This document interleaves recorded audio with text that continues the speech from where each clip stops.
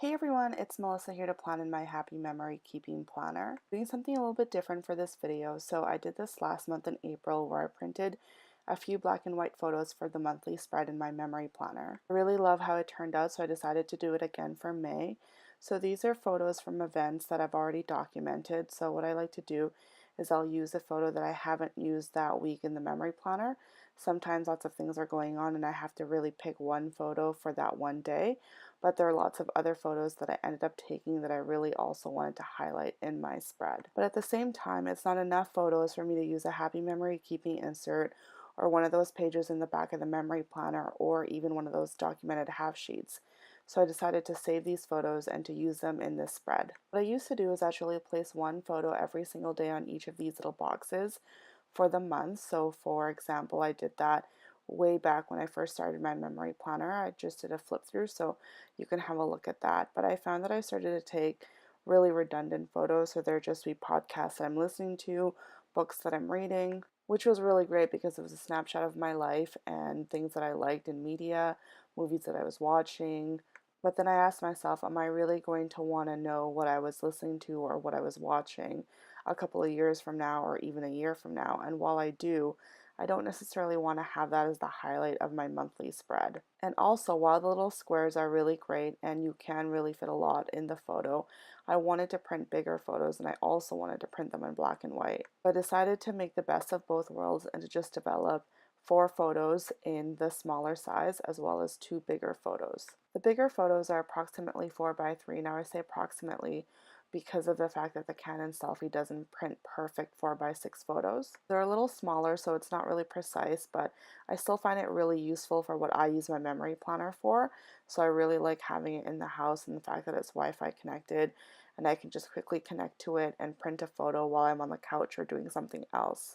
The smaller photos are slightly less than 2 by 3 inches, accounting for the fact that they're not proper 4 by 6 photos. This week I decided to go for a flamingo theme. When I was picking through all the sticker books, I realized how many different types of flamingos can be made. With that in mind, I decided to mix all the different species of flamingos, even including a Hobby Lobby one, and to just throw them all together on a spread. Not really loving the end result, but I do like taking the risk, and it does make me happy to see all flamingos just floating around on the spread. So I'm going to go ahead and mark off what month and year this is just so that I can always remember.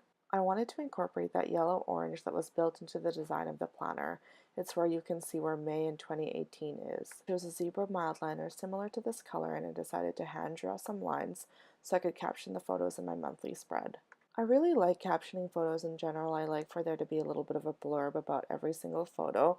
Sometimes it's very obvious, or if it's food, then it really doesn't need much of an explanation. But especially since this acts kind of as an overview of the month, I really wanted to make sure that I took the time to caption each and every single photo, even if it's just a few words. Now I had to remove this flamingo so I could caption all of the photos in a way that made sense, so that it was right beside the photo itself.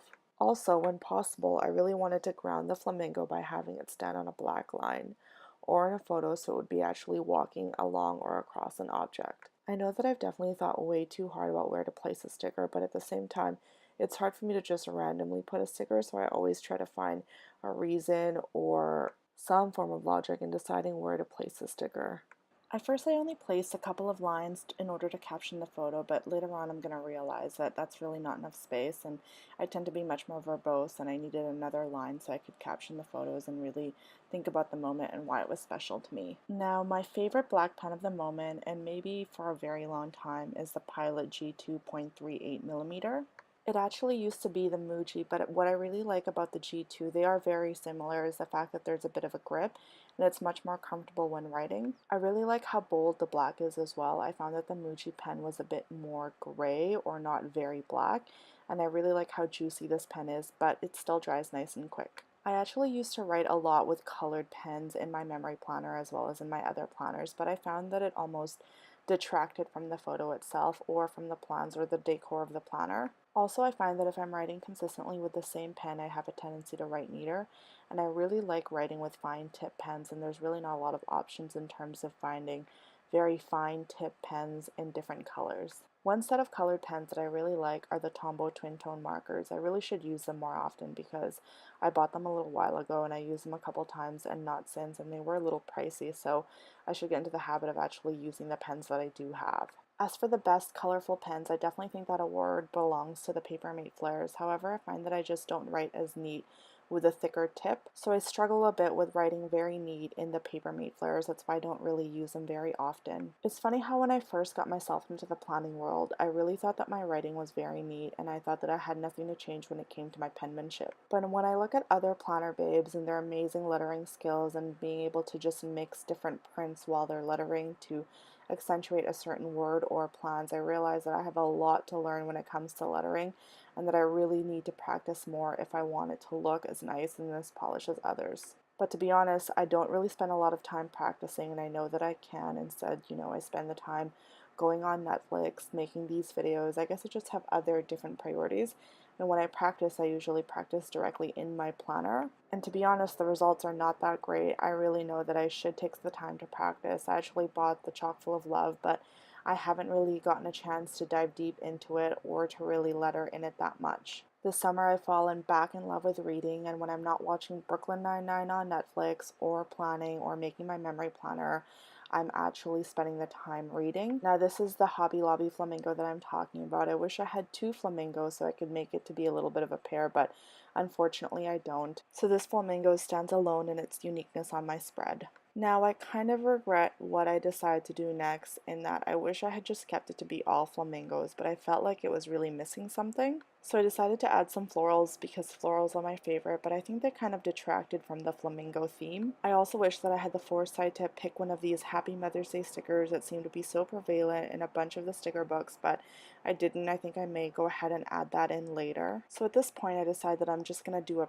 pink spread, not so much flamingo, but just pink, which is kind of a terrible idea, but that's okay, there's always next month. I wanted to stick a floral right on top where it says this month, but then I knew that this month would actually show through, so I decided to take my Tombow correction tape. I've been pretty liberal with how much I use the Tombow correction tape. Now I'm kind of worried that I'm going to run out of it pretty quick, and it costs roughly $22 Canadian for 10 of these. I keep one on my planning desk, one in my little on-the-go pencil case, as well as one on my work desk. But as you can see, I'm applying it pretty liberally so that I can get kind of a white palette underneath this floral. Honestly, I'm thinking I'm probably going to run out of this stuff pretty quick, but I'm hoping that it'll last at least 6 months. I absolutely love these florals in the Floral Memory sticker book. I actually have two of the sticker books, but all of the florals are pretty much done in one of the sticker books, so now I feel like it's a matter of time before I run out of these pretty watercolor florals, which is ridiculous and irrational because I could probably buy some. I think Joanne carries it now, but I feel like buying 3 copies of the same sticker book is just overkill and I should just wait it out. I'm sure that Mambi will release an entire floral sticker book soon. I think that about does it for this monthly spread. Not my favorite, but it'll do. If you like this video, please click like and don't forget to subscribe.